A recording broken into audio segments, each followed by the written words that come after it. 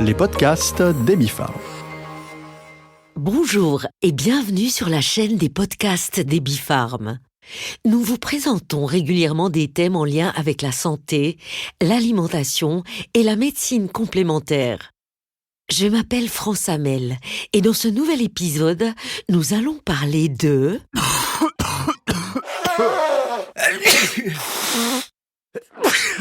ainsi que de...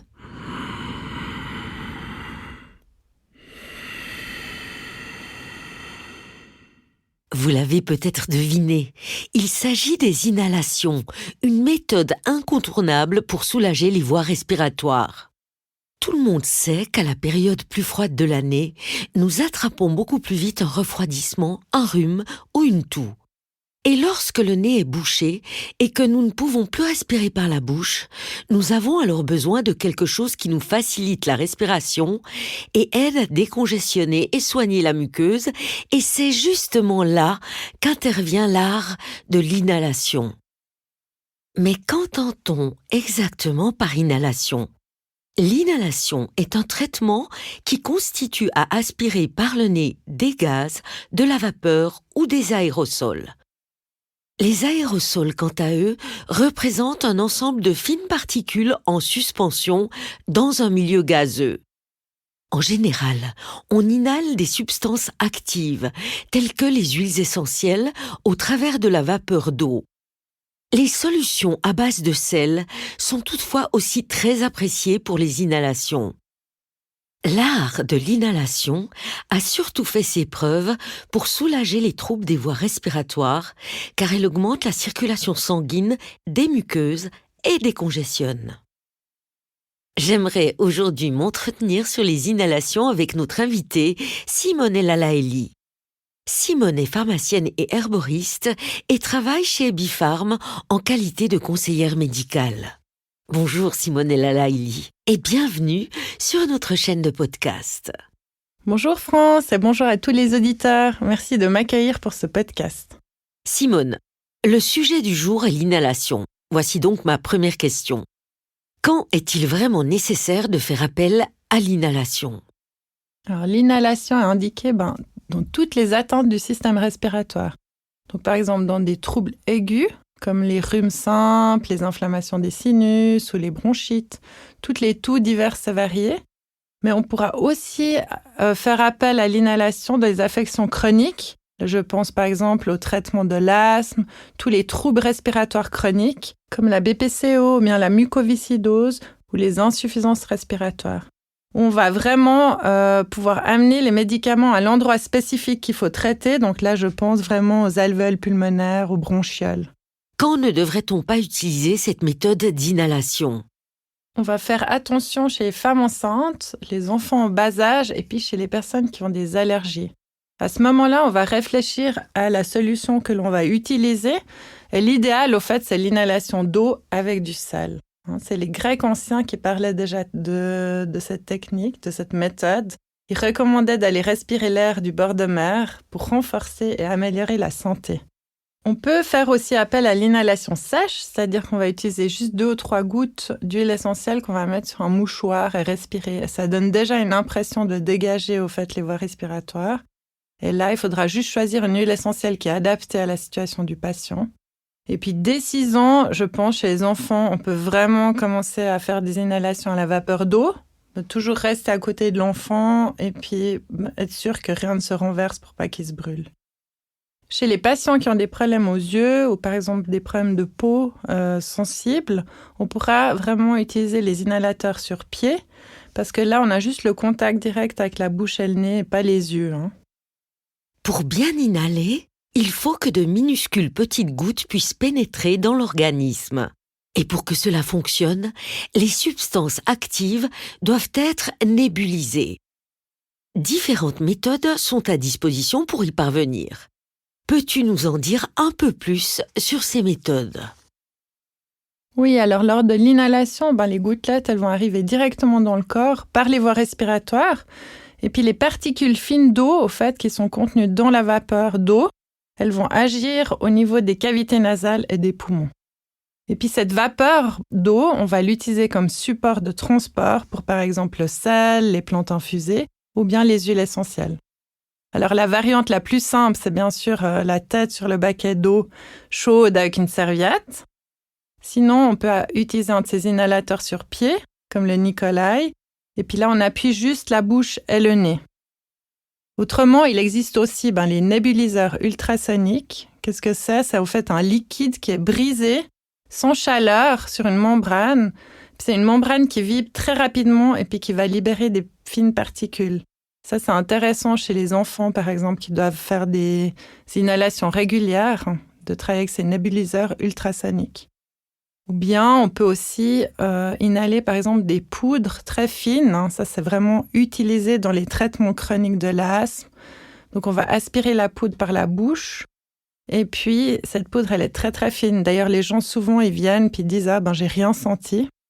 Mais après, ils voient vraiment sur l'appareil simplement qu'il y a un dosage en moins, une dose en moins. Et puis, ils voient que ça marchait quand même, tellement la poudre est fine.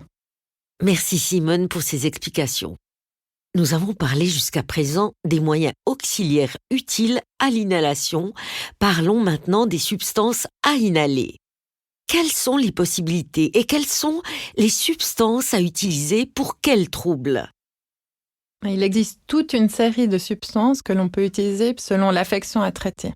D'abord, pour soigner les rhumes simples, on pourrait penser à inhaler un mélange d'eau et de sel. On en a déjà parlé.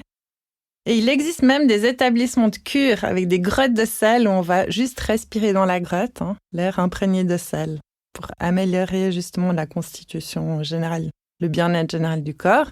Le sel, vous connaissez le sel de cuisine, c'est le chlorure de sodium, NaCl. On le connaît aussi dans les sels Schussler, par exemple, natrium chloratum en D6 ou bien en homéopathie, natrium muriaticum. Et puis au fait, il est utilisé pour réguler la teneur en eau des muqueuses. Ça veut dire que les muqueuses, elles vont devenir moins sèches, que la circulation sanguine, elle va être favorisée, et puis le sel va aussi avoir un effet décongestionnant. Donc dans tous les rhumes tenaces, les sinusites avec des maux de tête, on va penser à utiliser l'eau et le sel.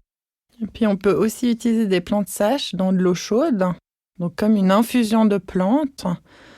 Et on va travailler avec des plantes qui ont une action antivirale, antibactérienne, ou bien qui sont calmantes de l'inflammation. Là, je pense au thym, à la camomille, à l'eucalyptus, par exemple. J'ai retrouvé dans un vieux livre de grand-mère, donc remède de grand-mère, eucalyptus, il marquait 4 feuilles suffisent pour les inhalations. On n'est pas obligé d'en mettre trop. Vraiment, mon préféré, c'est le thym. Le thym, je ne sais pas si vous allez en France pendant l'été, dans la garrigue, vous allez cueillir le thym. Et puis, on voit cette plante qui est incroyable, qui pousse vraiment sur un sol rocailleux sec et puis qui, en même temps, exhale cette odeur d'huile essentielle parce que c'est tellement concentré. Et en même temps, elle a ces petites fleurs roses qui sont très, comme ça, rose clair, un peu romantique, vraiment qui représentent la beauté et la douceur. Donc, cette plante, elle allie vraiment la force et la beauté. Puis elle va amener au fait de la chaleur au corps et à l'esprit. Donc tout ce qu'il faut pour une bonne guérison. Alors cette utilisation de plantes sèches qui sont mises dans de l'eau, elle est vraiment idéale chez les enfants. Puis on peut faire un jeu tout simple avec les enfants. Donc on met les plantes dans un grand bol au milieu de la table, on met un peu de sel, peut-être un peu de camomille. Et puis on va commencer à souffler gentiment sur la vapeur, comme ça, pour jouer. Et puis après, on prend un linge, on va faire comme une cabane. On dit, OK, on fait une cabane et puis on se met les deux dessous. Et puis là, on dit à l'enfant qu'on fait un jeu, on inspire l'air par le nez et puis on expire par la bouche. Et souvent, en fait, c'est beaucoup plus facile de travailler comme ça et c'est un peu ludique. Voilà. Chez les plus grands, on peut donner un sablier. Par exemple, le sablier comme on utilise pour le brossage de dents. On va donner un sablier pour aller tout seul sous la serviette avec une lampe de poche. Déjà, s'il arrive à faire ça 5 minutes, c'est bien. Sinon, on peut utiliser les huiles essentielles. C'est une forme beaucoup plus concentrée, donc on fera attention chez les enfants en bas âge, on va respecter les dosages. Et je pense aux huiles essentielles les plus utilisées, comme l'eucalyptus radiata, le niaouli, le romarin à cinéole, par exemple, le pin des Landes ou bien le thym. Ce pin des Landes, il est très connu parce qu'au fait, on l'utilise dans les solutions pour les bols d'air jaqué. Le bol d'air jaqué, c'est une technique d'inhalation pour une meilleure oxygénation cellulaire. Et puis pour finir, bien nouveau, tous ces médicaments qui sont inhalés, dont on a déjà parlé, les poudres, avec différents dispositifs pour toutes les maladies respiratoires chroniques. Et là, la difficulté, c'est de maîtriser l'utilisation des appareils, de les utiliser correctement. C'est vraiment passionnant. Je ne m'étais jamais rendu compte que l'inhalation couvrait un si vaste domaine de substances actives. Revenons maintenant aux domaines d'application les plus connus. En effet, en plus des inhalations sèches en cas d'asthme, par exemple, il existe les inhalations en cas de refroidissement, de rhume, de toux et autres. Simone, comment respirer correctement la vapeur d'eau en plaçant sa tête en dessus d'une bassine ou alors comment utiliser un inhalateur à bon escient? Alors, vous allez faire bouillir de l'eau de toute façon. Si vous avez un appareil avec la température incorporée, vous allez choisir 60 degrés. Et puis sinon, vous allez bouillir l'eau et puis simplement laisser refroidir un moment. Et après, il suffit de prendre 3 décis ou mettre dans un bol ou dans un inhalateur sur pied. Et puis, vous allez ajouter vos substances, par exemple le sel, les plantes, les huiles essentielles. Et après, vous respirez tranquillement sous un linge, sur votre bol, ou bien dans l'embout adapté. Bien sûr que c'est beaucoup plus agréable d'avoir un de ces inhalateurs sur pied, et puis c'est plus ciblé, vraiment bouche et nez. Et quelle est la fréquence et la durée des inhalations que tu recommandes en cas de rhume et autres troubles respiratoires? Alors, je recommande 1 fois par jour au moins. Si vous êtes de toute façon à la maison malade, profitez-en, puis faites vraiment jusqu'à 3 fois par jour dans les cas aigus. Mettez une bonne chanson, 2 ou 3 chansons que vous aimez, et puis faites ça tranquillement. Et puis après, l'important, c'est vraiment de rester au chaud, pas de sortir tout de suite. Chère Simone, c'est toujours un réel plaisir de te recevoir dans notre studio. Un grand merci pour ces informations et conseils si précieux sur le thème des inhalations. C'est avec plaisir, et puis merci à toutes les personnes qui nous écoutent, et je vous souhaite une toute belle journée. Voilà, c'était la pharmacienne Simonella Laili.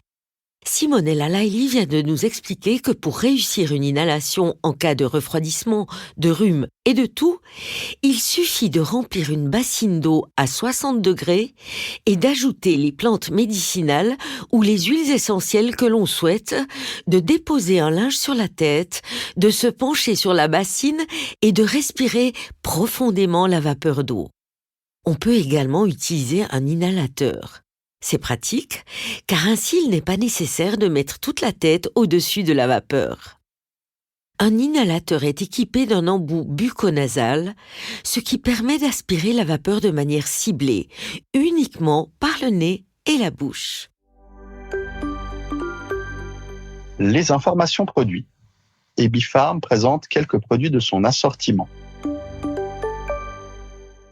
L'inhalateur Nicolai. L'inhalateur Nicolai est un appareil destiné à l'inhalation. Le récipient en plastique de couleur turquoise est adapté aux inhalations simples.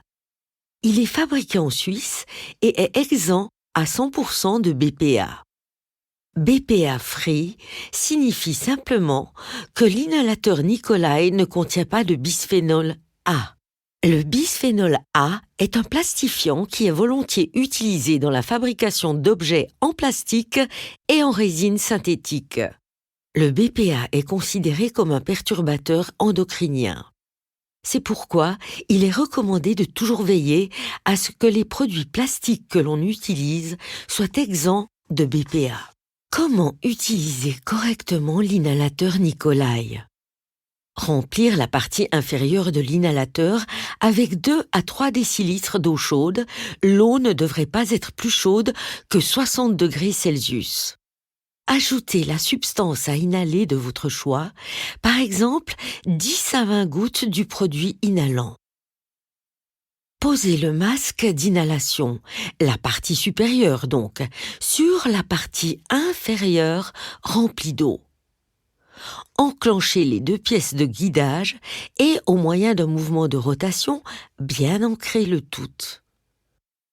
Pour inhaler, placez préalablement l'inhalateur à une distance de 40 cm environ. Par la suite, rapprochez gentiment le visage. La chaleur doit toujours être ressentie comme agréable. Comme Simonella Laili vient de le préciser, l'inhalation des huiles essentielles constitue une forme thérapeutique avérée et largement plébiscitée pour traiter les troubles aigus et chroniques des voies respiratoires.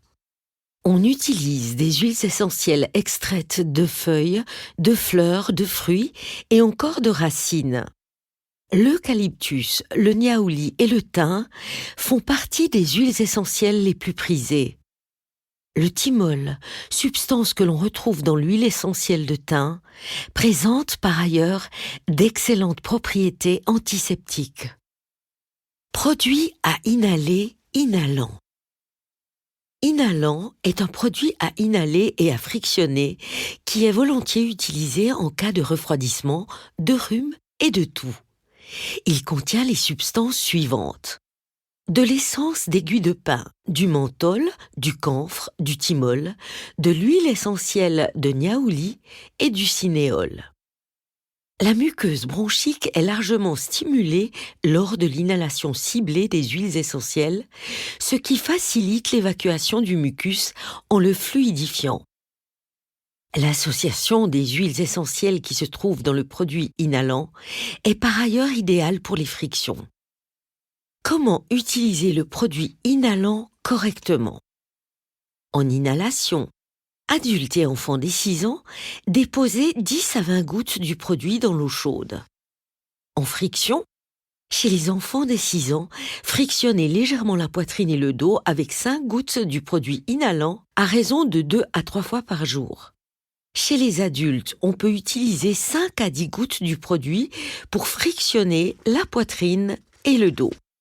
Le produit inhalant ne doit pas être utilisé chez les femmes enceintes et allaitantes, ainsi que chez les enfants de moins de 6 ans. Il ne me reste plus qu'à vous souhaiter, chères auditrices et chers auditeurs, une période pleine de santé sans refroidissement. Et si vous deviez tomber malade malgré tout, pensez à votre bien-être et prenez du temps pour faire des inhalations.